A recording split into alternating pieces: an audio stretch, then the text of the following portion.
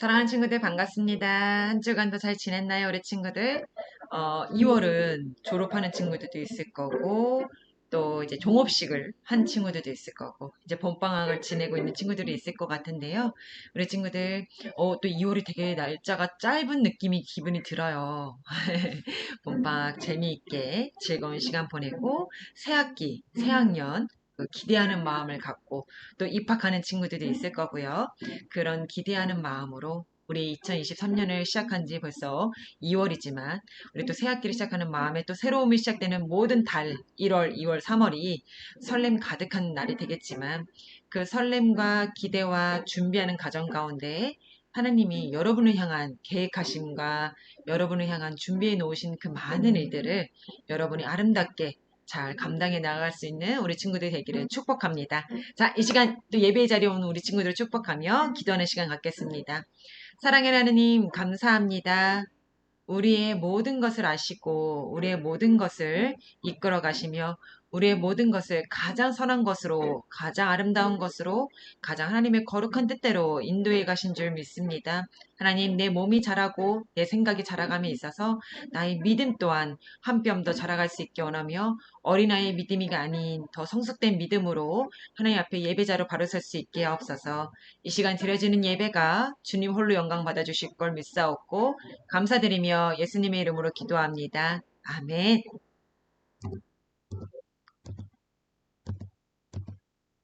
자, 우리 사도신경으로 우리 신앙을 고백하도록 하겠습니다. 전능하사 천지를 만드신 하나님 아버지를 내가 믿사오며 그 외아들 우리 주 예수 그리스도를 믿사오니 이는 성령으로 잉태하사 동정녀 마리아에게 나시고 본디오 빌라도에게 고난을 받으사 십자가에 못 박혀 죽으시고 장사한 지 사흘 만에 죽은 자 가운데서 다시 살아나시며 하늘에 오르사 전능하신 하나님 우편에 앉아 계시다가 저희로서 산자와 죽은 자를 심판하러 오시리라. 성령을 믿사오며 거룩한 공예와 성도가 서로 교통하는 것과 죄를 사하여 주시는 것과 몸이 다시 사는 것과 영원히 사는 것을 믿사옵나이다. 아멘. 자, 우리 친구들 새로운 챈트 시간입니다. 자, 요한복음 1장 12절 말씀. 자, 새로운 챈트 시간인데요. 요한복음 1장 12절 말씀. 자, 우리 PPT가 바뀌고 또 지난주 시간까지 우리가 예수님의 기적에 배워보았다면 이번에는요, 이제 초대교회에 대한 설교 말씀을 전하려고 합니다. 그래도 테마가 막 색깔이 다 바뀌었죠, 우리 친구들. 네. 그래도 또 챈트 또한 새로운 챈트로 시작하겠습니다. 요한복음 1장 12절 말씀 우리 같이 한번 따라해 보도록 할게요. Jesus, your body will change.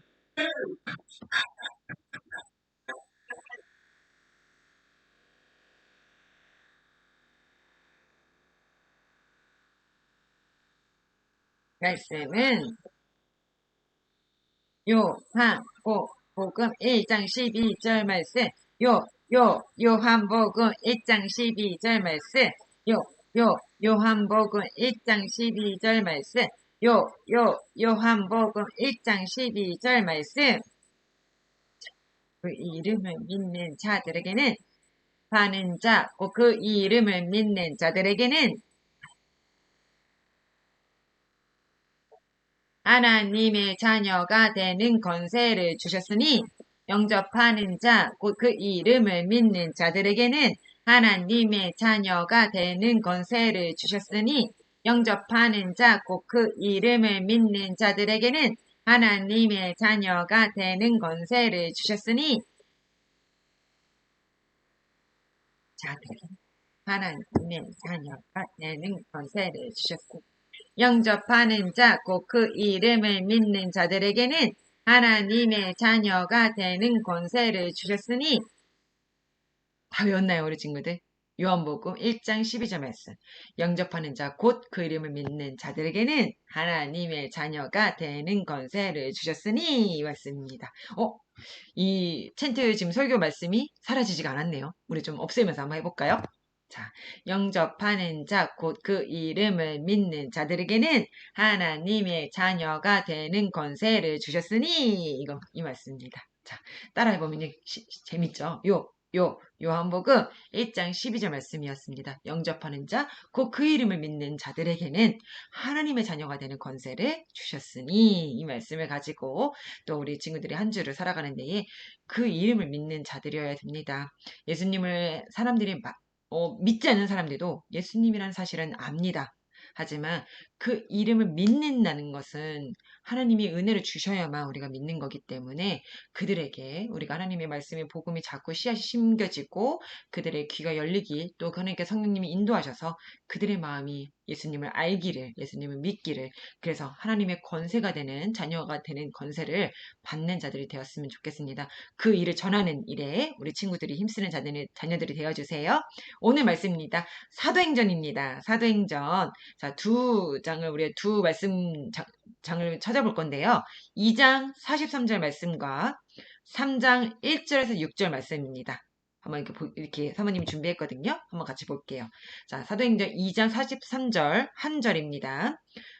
사람마다 두려워하는데 사도들로 말미암아 기사와 표적이 많이 나타나니 이 말씀과 3장 1절에서 6절 말씀입니다. 제9시 기도 시간에 베드로와 요한이 성전에 올라갈새 나면서 못 걷게 된 이를 사람들이 메고 오니 이는 성전에 들어가는 사람에게 구걸하기 위하여 날마다 미문이라는 성전문에 두는지라.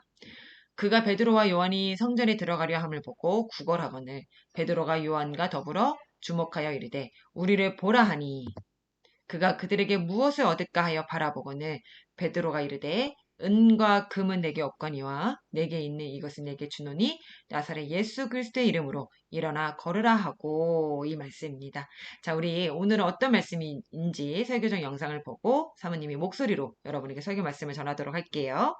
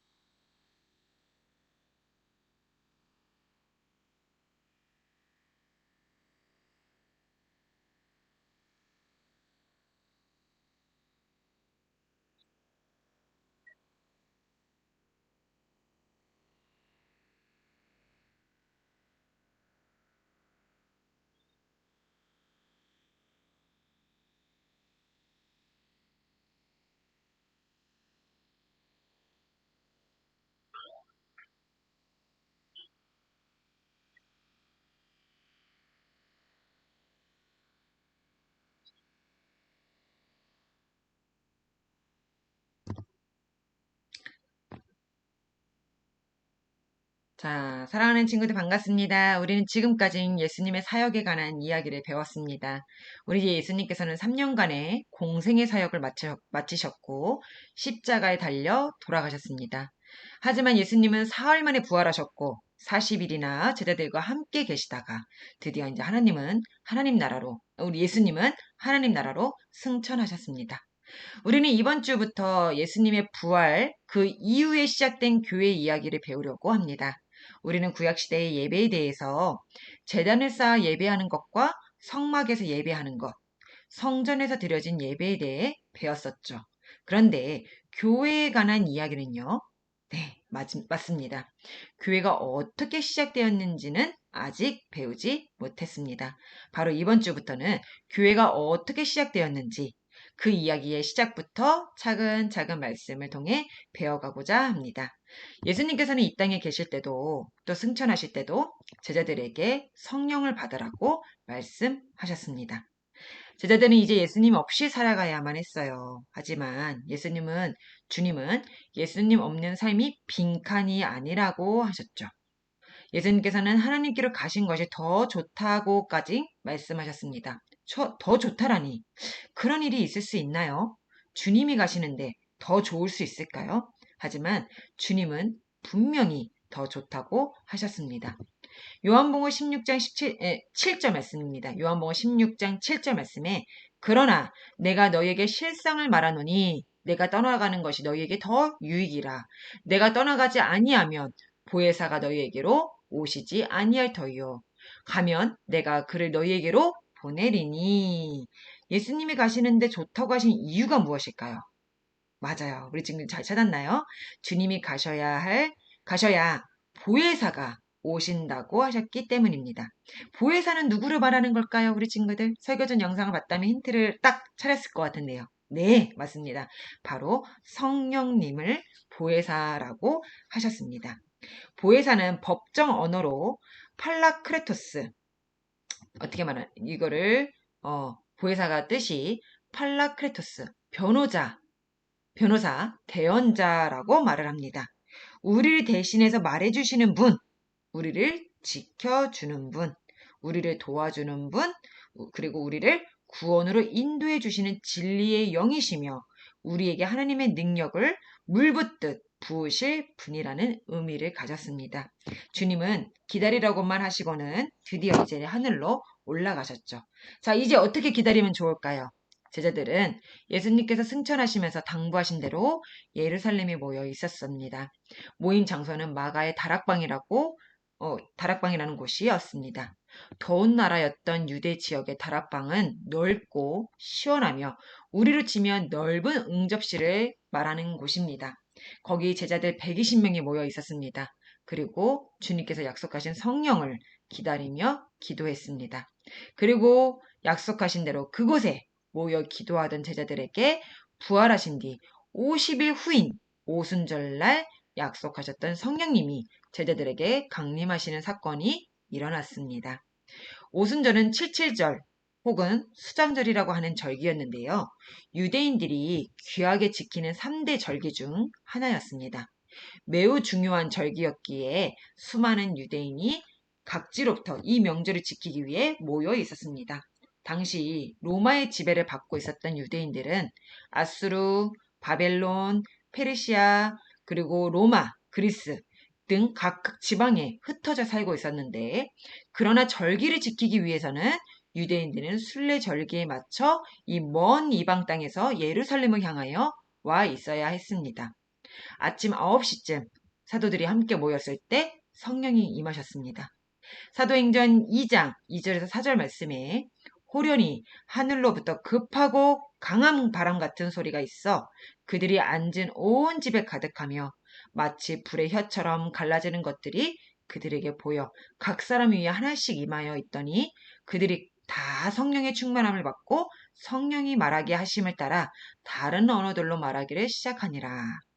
예수님이 약속하신 그의 나라가 권능으로 임하게 된 것입니다. 성령을 받은 제자들이 가슴에 불타오르는 성령을 견디지 못하고 거리에 나가 방언으로 말하고 찬양하기 시작했습니다.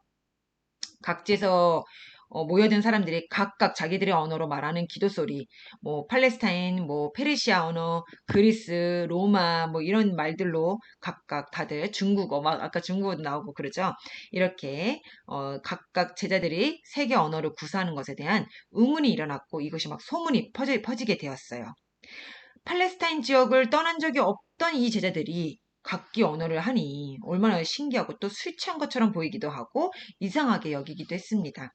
온 성이 그야말로 들썩거리자 베드로가 모든 사람 앞에 서서 변명을 하려고 앞으로 나섰습니다. 우리는 술 취한 것이 아닙니다. 지금은 아침입니다. 우리는 성령을 받은 것을 말합니다. 라고요. 베드로에게 이러한 언변 능력이 있었는지 그가 어찌 그리 성경을 꿰뚫어 보고 있었는지 알 수 없습니다. 베드로는 그저 성령에 의지하여 설교를 시작했습니다.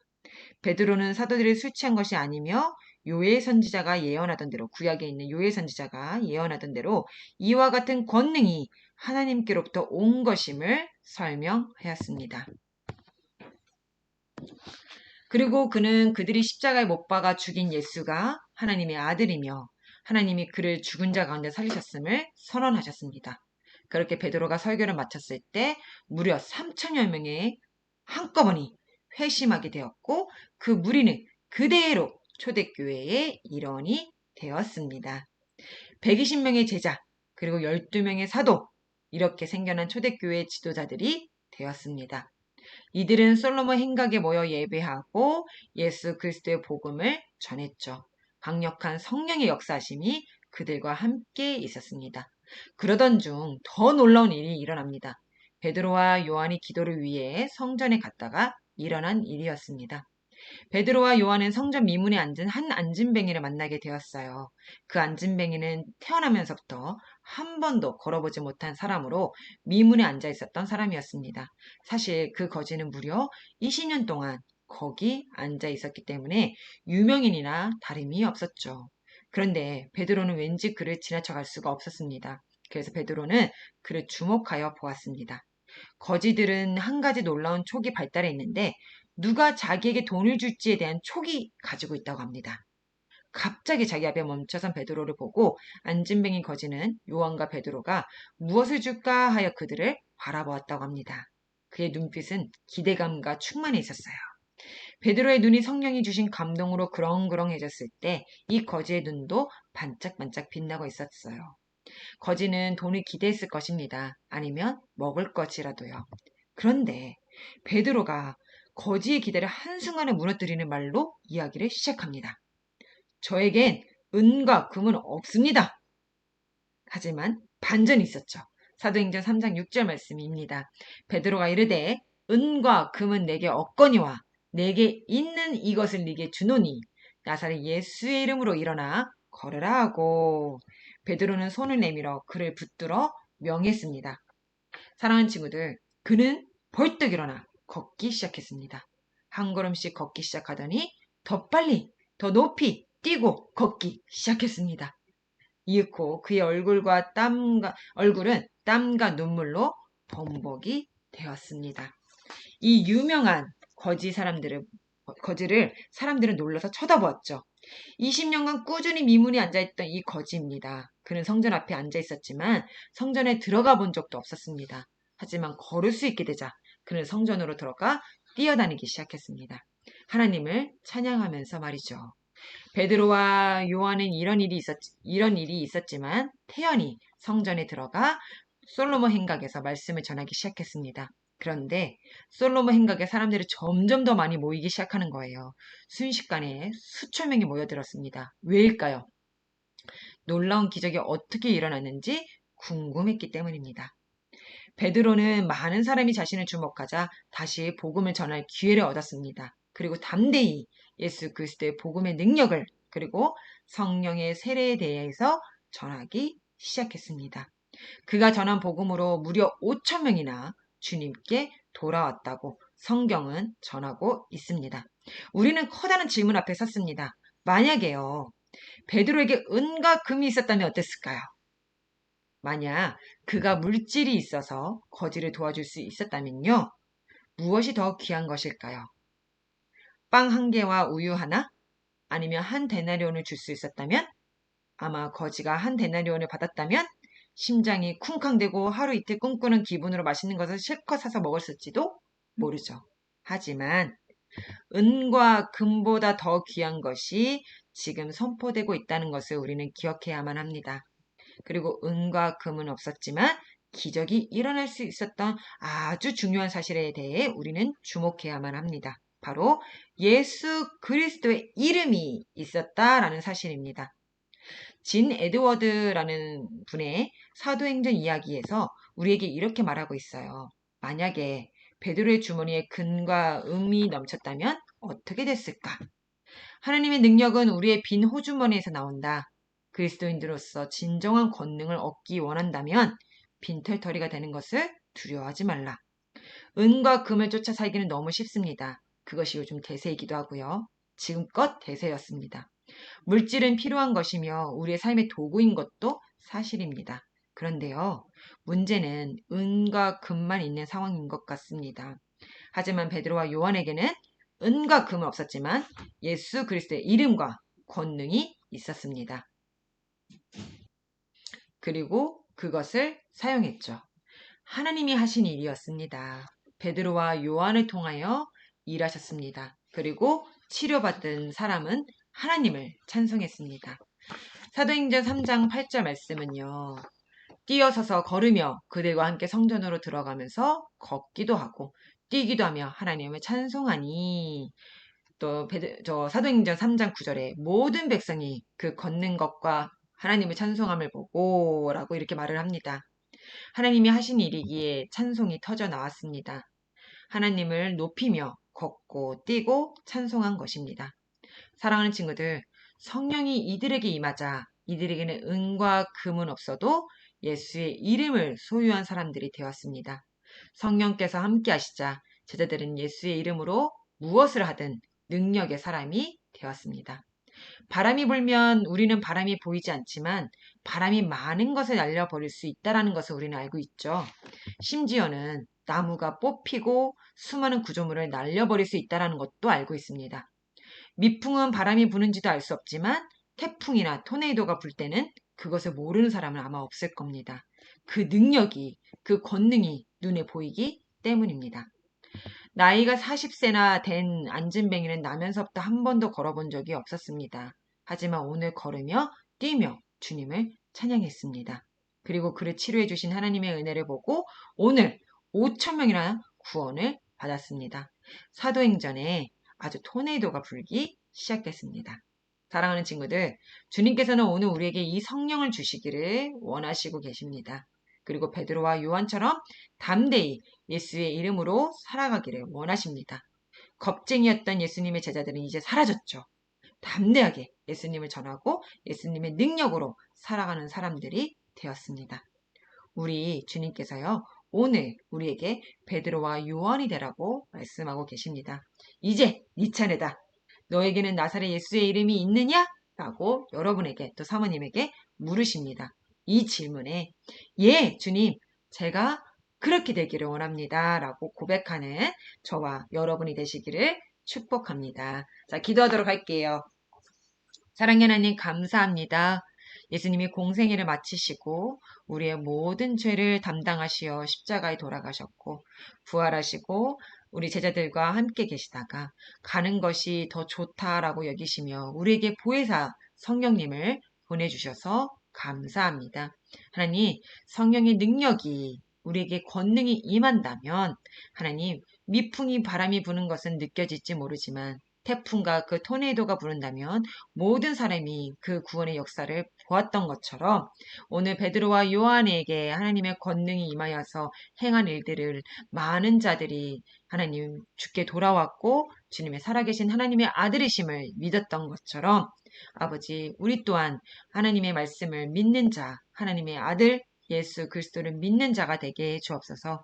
우상화를 만들어서 하나님의 신전을 만들어서 하나님을 섬기고 믿는 것이 아니라 내 안에 계시는 하나님 우리가 오늘 이 성경에서 보았던 예수께서 우리를 위하여 기꺼이 희생 제물이 되어 죄도 흠도 없는 주님께서 십자가에 달리셨다라는 사실을 우리가 보지 않고도 우리가 들음으로 믿어서 하나님의 성령의 권능이 임하여 우리 또한 그것을 많은 자들에게 선포하며 주의 권능을 나타내는 자로 쓰임받기를 원합니다. 하나님 어느 자리 어느 곳에 있든지 예수님의 이름을 전하는 자로 사용하여 주옵소서. 감사하며 예수님의 이름으로 기도합니다. 아멘. 자, 우리 주기도문으로 모든 예배를 마치도록 하겠습니다. 하늘에 계신 우리 아버지여, 이름이 거룩히 여김을 받으시오며 나라가 임하시오며 뜻이 하늘에서 이루어진 것 같이 땅에서도 이루어지리이다.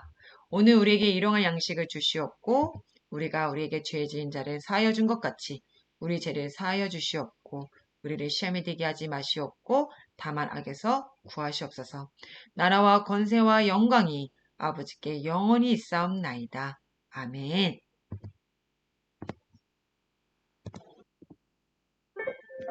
한 주간도 우리 친구들, 여러분에게 하나님이 너도 베드로와 요한같이 쓰임을 받기 원하느냐? 라고 할 때에 아멘으로 순종하고 담대히 성령님의 권능, 보혜사 되신 성령님께서 여러분의 대언자, 여러분의 보호자, 여러분에게 함께 하시는 그 성령님의 능력을 가지고 많은 자들에게 또 믿지 않는 자들에게 또 믿는다 할지라도 더 예수님을 더 확신하고 더 알기를 힘쓰기 위해 전하고 쓰임받는 우리 주은의 친구들이 되어주세요. 한 주간도 우리 친구들 승리하는 친구들 또 더 건강한 모습으로 다음 주에 만나도록 하겠습니다.